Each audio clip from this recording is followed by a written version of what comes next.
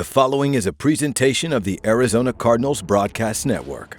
Coming up on Cardinals Birdwatch, we're celebrating Cardinals legend Larry Fitzgerald's induction into the Pro Football Hall of Fame with exclusive moments from Canton. We'll hear what coaches and media members had to say about Fitzgerald's remarkable career. Plus, Dani Sureck sits down with new head coach Mike LaFleur following his first game at the helm. Cardinals Birdwatch starts right now.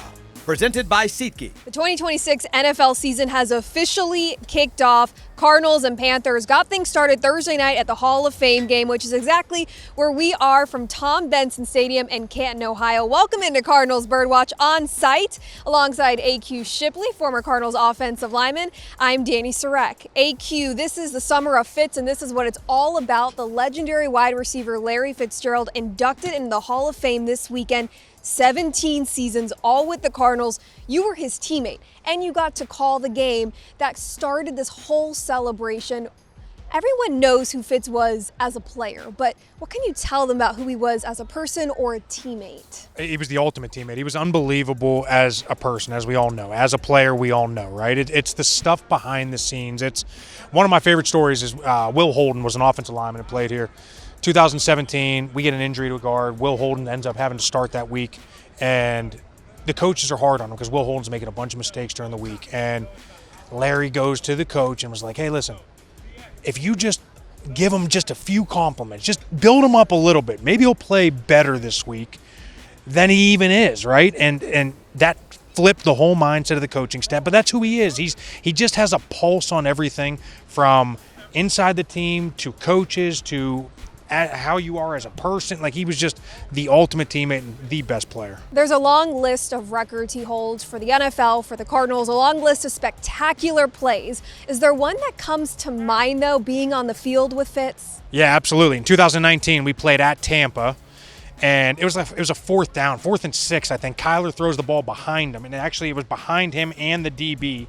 He reaches around the DB, one-hand catch. I mean, you could count 30 different plays, all the high balls he catches early in his career, the play against Green Bay in the playoffs, but that was one of my favorites. I was like, I've never seen a catch like that in my life. No doubt. No surprise that number 11 is a first ballot Hall of Famer. Let's talk a little bit about the game Thursday night, Cardinals and Panthers. What did you learn from a Mike LaFleur-led offense with what little we saw in the first preseason game? Well, it gave me hope because, listen, I've been studying the entire league. I've been from top to bottom, from McVay to Shanahan. They have been my two favorite offenses to watch over the years.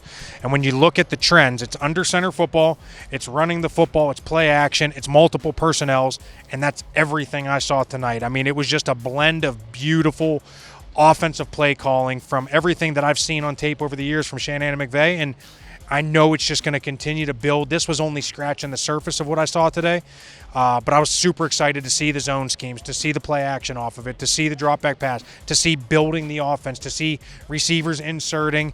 I mean, just all the different things that I've seen on tape from the really good offenses over the league, it all showed up today. Rookie quarterback Carson Beck got the start, and at some point he started to generate rhythm, and he started to really showcase that arm strength. His accuracy looked good. What did you make of Beck's start tonight? I think if you came into this game and said that's the performance you were going to get, you got to come out of here with your arms held high, like jumping for joy, screaming hallelujah, because that was unbelievable. I mean, it was an A-plus effort. I thought he ran the operation clean as can be. His throws were incredible. The two deep balls were beautiful, feathered balls. The out route showed his arm strength. He dirts the ball on the play action when guys are in his face. I mean, he just did, and he gets somebody to jump off sides with a hard count. I mean, he did everything that a veteran would do in this game, and he did it in year one. Nice to see. We have more coverage from the Hall of Fame weekend coming up, and this is just the start of what we can see in preseason action, the first of 4 games. It's starting to rain here in Canton, Ohio, which is our cue to toss the break. Still ahead, Larry Fitzgerald reunites with fellow Hall of Famers for a once-in-a-lifetime group photo. And we catch up with a high school coach who helped shape the Cardinals legend long before Canton. You're watching Cardinals Birdwatch, presented by SeatGeek. Cardinals Birdwatch is sponsored by State Farm. Like a good neighbor, State Farm is there. Welcome back into Cardinals Birdwatch from the Pro Football Hall of Fame Museum in Canton, Ohio. This weekend is all about celebrating the greatest who have ever played the game. That includes the Hall of Famer walk happening behind me, and you can hear those Larry chants. You know who's walking behind me. Cardinals great Larry Fitzgerald, all the alumni coming together to take a group photo with the 2026 class. One special guest is in attendance celebrating Fitz all weekend, his high school football coach. Watching him walk out of the locker room for the first day, I'm like, that's what they look like on Sundays. I am so proud of that guy. And I always said, he goes, Coach, you ever been to the Hall of Fame? I said, no. I said, when you get in, that's the day I'm going to come. Hand strength, I always said that every NFL guy that came through the door, I said, his hand strength is unbelievable.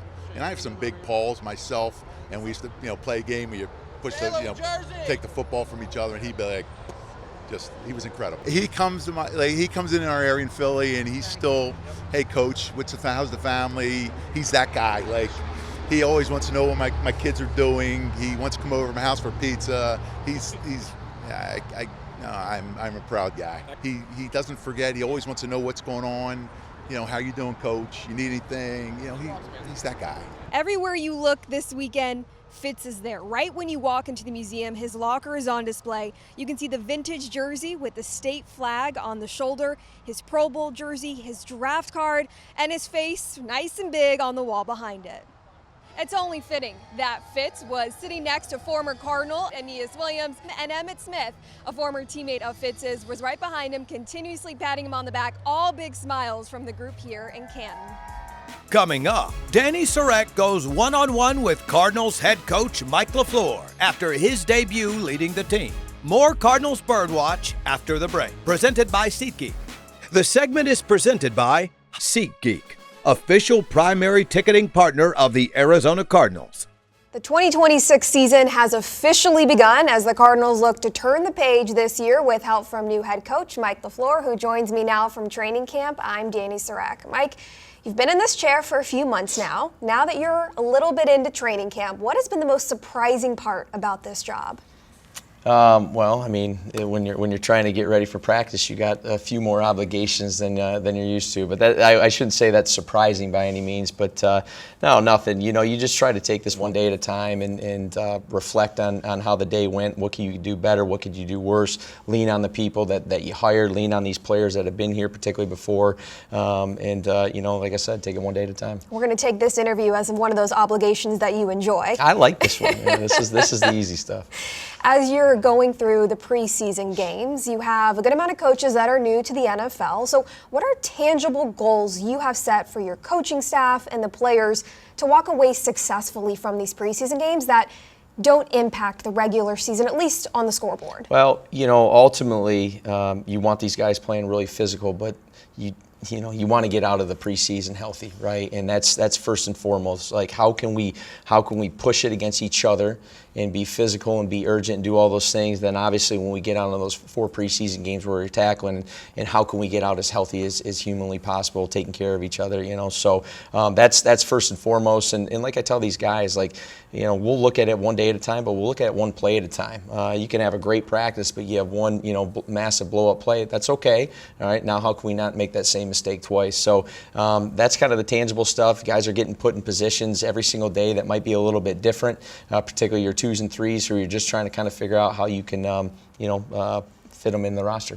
You're back to calling plays for the offense. What adjustments have you made to either your process or the execution part of that since the last time you did that with the Jets? A lot of things. But again, right now we're still, we haven't called any plays, right? And you're in the process right now of still building the foundations from a scheme standpoint, getting Jacoby up to speed in terms of the language. Not worried about him at all when the ball snapped, because he's played a lot of football, but just getting him caught up with all those kind of things. And then we'll see when we get to the games. The preseason, you're gonna try to. I want all our guys believing that we're going to go in and win every single game. I don't care if it's a pickup game. You think about the competitiveness between the ping pong right now and seeing those guys. So if we're going to be competitive in ping pong right now, then we can be competitive in the preseason as well. But obviously sights are on peaking on September 13th, and we ask them to continue to build every single day to be peaking on September 13th. We got to be doing that as well as coaches to give them the best chance to go be successful. Some of the quarterbacks you've coached throughout your career, Matthew Stafford, Matt Ryan, Joe Flacco, big quarterbacks who are not afraid of contact in the pocket. Michael Wilson has said that roughly 70% of a quarterback's job on game day is to have the right character and connections with the receiver so that the quarterback can make the receiver's jobs easier. Jacoby Brissett, another big quarterback, not afraid of contact, has great relationships with his teammates in the locker room. What intangibles have you learned about your quarterback that you weren't able to see on tape over the years? Yeah, I mean, you felt like you kind of knew him because he's been in this league quite a bit. He's been on a lot of different teams. It seems like you play Jacoby Brissett every single year some way, somehow. And it seems like every defensive coordinator is not looking forward to it because they know he can, throw it all over the yard. So nothing's really shocked me.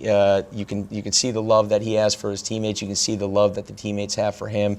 Just the enjoyment that he has out there. He has a good sense of urgency about him, but a real enjoyment for the game. I mean, he's playing a kid's game out there, and you can see it, even though he's logged quite a bit of snaps. So it's been fun. The things that you guys see in terms of staying steady, Eddie, that's the same things I see out of him. Each play, hey, I could do this better, or this play went perfect, but you don't see a change in demeanor right there. So it's been a pleasure so far, but we got a long way to go. Running back is a position you've said might be the toughest to really showcase one's ability because there's so many limitations throughout camp, even when the pads are on. How can someone in that room stand out to you? Well, that's the key, right? I mean, it's you got the pads on, but you're not tackling. And so you got your protection, you got your pass game, you got all those kind of things. To me, it's just, again, like I'm saying to everybody, it's one play at a time, handling your responsibilities within the protection world. Are we fundamentally sound? Because that stuff is real. Even though Mac and them might, hold up a little bit when they're blitzing internally, when they got the pads on, they got to get the back prepared just like the back has to get the linebacker prepared. So those can be some pretty big contacts. Are our eyes in the right spot? Are we, working our checkdowns? And then in the pass game, how effective are we with our route running, with catching the ball, with knifing up the field? The run game is still with the pads, even though you're not getting tackled. You can still see the path. You can still see the reads. You can still see guys that are getting their shoulders forward. I think of Bam Knight yesterday in practice. Like, he's just a natural runner. Like, he gets his pads going forward. You knew he wasn't getting tackled, but they looked like real runs. So you still can take some of it out of it, but I'm really looking forward to those guys in the 4 preseason games. You've said that you have structured training camp to be 4 block days, right? 3 days on, 1 day of a walkthrough, something you learned in LA. Given where you've been throughout your career, all the different stops, when it comes to scheme, culture, what does the timeline look like of how you would map out how your team would look if you got the opportunity to sit in this chair? Well, I want this team looking as good as they can on July 29th, and then tomorrow getting a little bit better. Like I told the guys on the first day, I said, hey, it might be cliche, but I said basically 3 P's, and one of the P's happened to be peaking. We don't have to peak on July 29th. We have to get better on July 29th. We have to compete on July 29th to continue to just keep stacking those blocks. So when we get to September 13th, we're all peaking, whether that's an individual, whether that's a position group, the unit, and obviously the team. So that's where I want their mindset.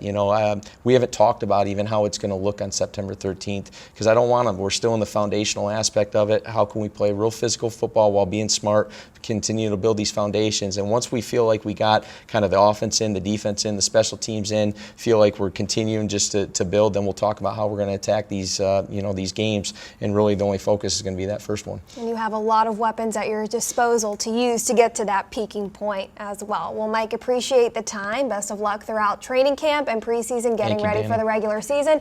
That's head coach Mike LaFleur. For more coverage throughout training camp and the preseason, stay locked in on azcardinals.com. Thanks so much for tuning in. Still ahead, NBC's Chris Collinsworth shares his favorite memories of calling Larry Fitzgerald's unforgettable career. Cardinals Birdwatch continues in a moment. Presented by SeatGeek. This segment is sponsored by Desert Financial Credit Union, official banking partner of the Arizona Cardinals. Hey everybody, and welcome back into Cardinals Birdwatch. Zach Gershman here in the radio booth at State Farm Stadium. And look, it's not just the fans that had the opportunity to watch Larry Fitzgerald dominate on this football field behind me. It was also a lot of the broadcasters and those voices that you could hear on all of those different highlights. On this edition of Cardinals Cover 2, Craig Relu and I chat with one of those. That's right, it's NBC's Cris Collinsworth ahead of the Pro Football Hall of Fame game. First things first, I think we're all excited to have football back. But for you, Chris, how much fun is this game because of its location and being able to celebrate the all-time greats of the sport? You know, it's always a great part of it. It really is. And you know, some of them I know better than others. And obviously with you guys, Larry Fitzgerald, somebody that I go way back with and I've known for a while. He kind of reminds me back in the day of a Chris Carter kind of guy, you know, and what he's done. But he was so one of my favorite stories to tell was, you know, Larry Fitzgerald owns a restaurant in town. I think Steak 44 or something like that. And so we were up there with our whole NBC crew the night before a playoff game. But he comes up, he's the perfect gentleman, he's the perfect host. He comes up and he's like, hey, you know, what's going on? Great to see you guys. Tells a couple stories, you know, walks away. Hey, it was great that Larry stopped by. And of course, he bought us dinner, right? So he bought dinner for a whole friggin' day. And so Al Michaels and I are sitting there and we go, well, man, if he does anything good tomorrow, we're going to be singing his praises, baby. That was good.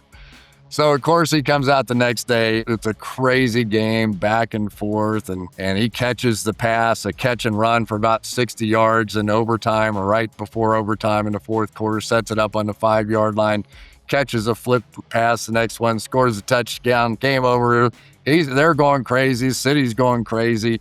And I'm like, this is great, man. Larry bought us dinner, and we got a chance to sing his praises during the game. That was great. So we go out to Whisper Rock the next day, and we're going to play golf because we're finished for the year. That's our last game. We got to Whisper Rock, and they're waiting for us on the first tee with all kinds of gifts and foods. And there's Larry Fitzgerald. I'm like, what the hell's going on here, man? He's like a maitre d' for our entire trip out there to Arizona, game-winning touchdown. But it was just, it's spectacular. I couldn't be happier for him. He represents everything you'd want to have represented about your team, your city. And it'll be a lot of fun to be there. When did you realize that Larry Fitzgerald could be the type of player, you know, the type of guy, but when did you realize he could be the type of player that would be a first ballot Hall of Famer? Well, I think you see him in college, and he just looked different than everybody else on the field. And the only thing you didn't know was whether or not, because it's the same thing if you play wide receiver or you're fast enough, you know, right? But he understood how to set up guys. He understood how to, you know, change speeds like a good pitcher. He had great wiggle, but he had spectacular hands. I just look at him as one of those role model kind of guys and you know, just terrific. So, what is your read on the Arizona Cardinals here in 2026? Clearly upgrade on the offensive line. You know, Samalo can play. Basantis, I think, will be a player. Adams played well at the end of the year for these guys. Wilkinson was much better in Atlanta than what he was even when he was back with Arizona. Michael Wilson, I love. I think he's tremendous. You know, we know what McBride is. He's best tight end in football right now. I don't think that what happened to Marvin Harrison is going to continue. For him, this new regime may be a really good thing. I like a lot of what I see. Are they ready to take on, with a new coach, a new system, you know, the best teams in football? I've seen crazier things than that this year, especially when you consider this defense was wiped out last year. And they were just wiped out at the cornerback position, pass rushers. So to answer your question, the defensive line has to make plays. If their corners can make plays, and Jacoby Brissett can make plays, you know, the corners, I think they got enough of them, but we haven't seen it all together. You know, it's been injured and all that stuff. So I'm anxious to see him. You mentioned a lot of the minds that are in the division with Sean McVay, with Kyle Shanahan, obviously in Seattle, and McDonald over there. Mike LaFleur has learned under Sean McVay and under Kyle Shanahan from his time with the 49ers. You've obviously had plenty of calls with first-year head coaches. You've gotten to be around the league quite a bit. What is your advice for a first-year head coach, knowing that this division is a tough one, like you said? What would you tell Mike LaFleur going into this first preseason game? Don't be Sean McVay and don't be Kyle Shanahan. Be you. I think it's the biggest mistake that people make, and it was the primary reason that when I started, there were 5 or 6 announcers on television that sounded just like John Madden. They were all doing cheap impersonations of John. I said, I am not doing that. I may be the biggest flop of all time, but I am not doing that. And I think the same thing's true for Mike. It's like, man, you earned this right. You have been with some of the great coaches out there. You know what their programs are, what's made them successful. You just go be you out there. Let your brain do its work. Put this together. If over the next 2 or 3 years, they build off of Jeremiah Love. I mean, Jeremiah Love takes care of a lot of stuff, right? I mean, that's your extra receiver. That's a spectacular big play running back. It's a guy you'll pay to go watch play for sure. And I'm anxious to see what Jacoby does. Is he going to come back and take another step? A little better protection this year, a little better play out of his wideouts. Kendrick Bourne's not going to hurt. That's going to help a little bit. So I'm so far beyond, thinking I know what's going to happen in an NFL season. I mean, just tell me who picked Seattle and New England in the Super Bowl last year. It's this close all the way across the board. It really is. And so, win a couple of games, see what happens. I don't know. Crazier things have happened. I'll say that. Chris, we can't thank you enough for spending a couple of minutes with us here, and look forward to the call of the game coming up on Thursday night. You guys have a great year out there. Looking forward to it. Coming up, we look back at the storybook career that earned Larry Fitzgerald football's highest honor and relive the moments that defined a Cardinals legend. Cardinals Birdwatch continues after this. Presented by SeatGeek. Welcome back to Cardinals Birdwatch, presented by SeatGeek. This segment is presented by AM/PM. Larry Fitzgerald had a rarefied career in Arizona. He finished with the league's second most receptions and receiving yards, second only to Jerry Rice, and those two have those top 2 spots locked in by a long shot. Fitz has got the league's most seasons with 90 or more receptions, the most receiving touchdowns in a single postseason. Open up the record books and you'll see Fitz's name near the top in almost every statistical category that there is to offer. But probably one of the most impressive stats is in Fitz's 17-year-long career, he had more tackles than he did drops. There's a reason why he'll have a home and his football legacy will live in Canton, Ohio forever, Dani, but it's also a true storybook ending and a storybook career for the former Cardinals wideout. It's too many memories to recall at once, although when shown a photo of a specific play or day, Fitz travels back in time with ease. And I just remember it was a pretty emotional day that day for a number of reasons. First, obviously, it was my first time at the facility and kind of getting to meet the Bidwells, getting to see Coach Green, getting to see Rod Graves, and then obviously the day before Pat Tillman lost his life. And so, it was heavy in the building that day. And so I kind of remember the emotions I was experiencing going through this, and then also just being aware of, the great sacrifices, Pat made for our country and what that represented being an Arizona Cardinal. Oh man, this is one of the more embarrassing days I had in my life right here. I pride myself on being a decent athlete, and this was not a very good display of athleticism. But I did not fall down, which was the thing I was most proud of. I did not fall, and truth be told, this is the very first time I'd ever been on skates.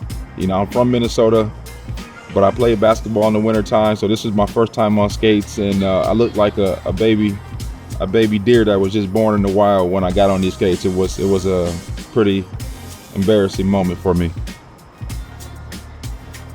Yeah, this was a really cool time for me too. I was over in Dubai, and I've always saw people sand surfing, and I wanted to try it, and I did it. I was pretty successful. I didn't get stuck or fall down the first time, so I was pretty happy.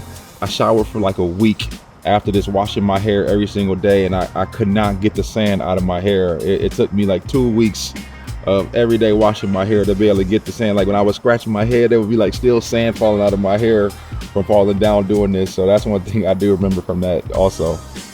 Yeah, this brings back a lot of good memories from time up in Flagstaff.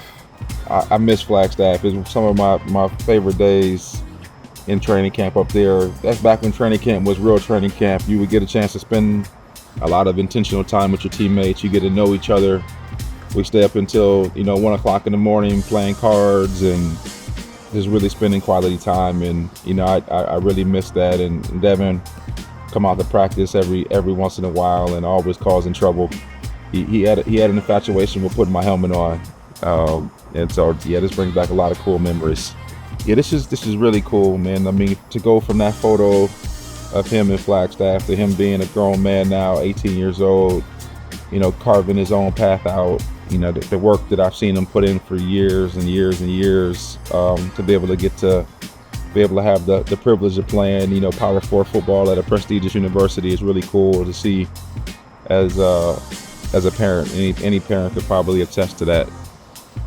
Yeah, this is a fabulous moment, being up there on that podium with Kurt and Antonio Smith and Carlos Dansby and Adrian Wilson, Edgerrin James and Coach Wizen Hunt and the Bidwell family. Man, it was really a unbelievable moment. Just the energy in that building that day, and then like just going home. I'll never forget riding back on the 10 and just seeing all the Cardinal flags and just how prideful the area was about this moment. That was something I'll never forget. Yeah, this was when I was young and I had a lot of energy coming out before the games. Now I was, as I got older, I was in conservation mode, wanted to save the energy. But this is like a young lion, about to go hunt.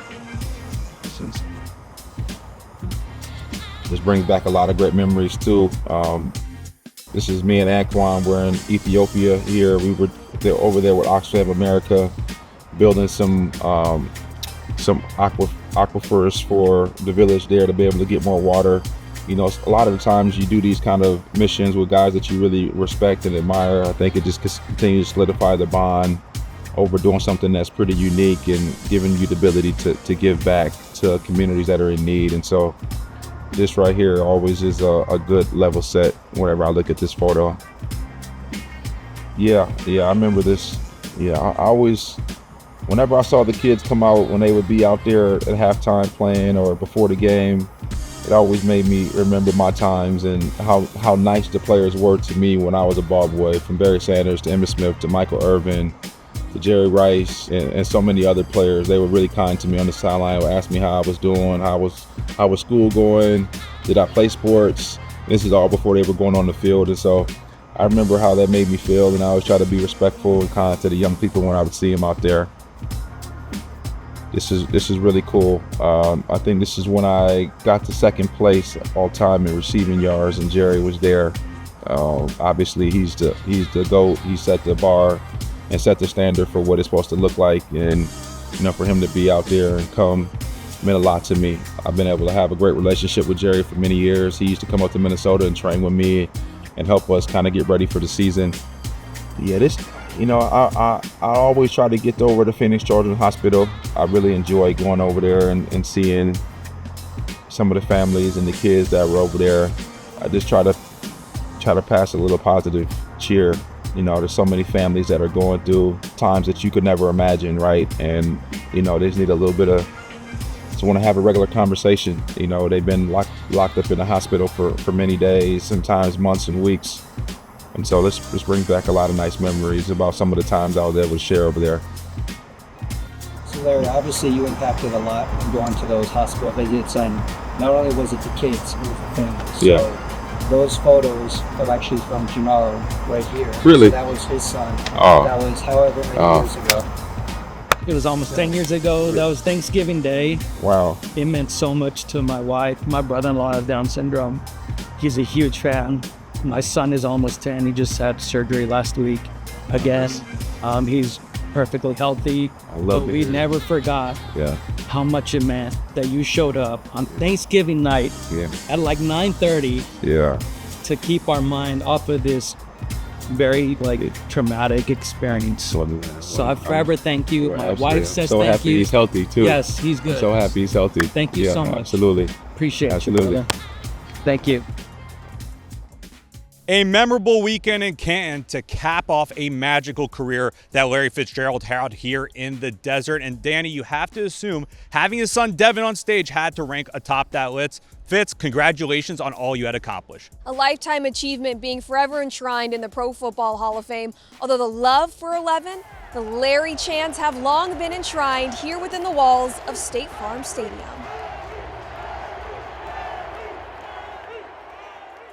Thank you for watching Cardinals Birdwatch, presented by SeatGeek.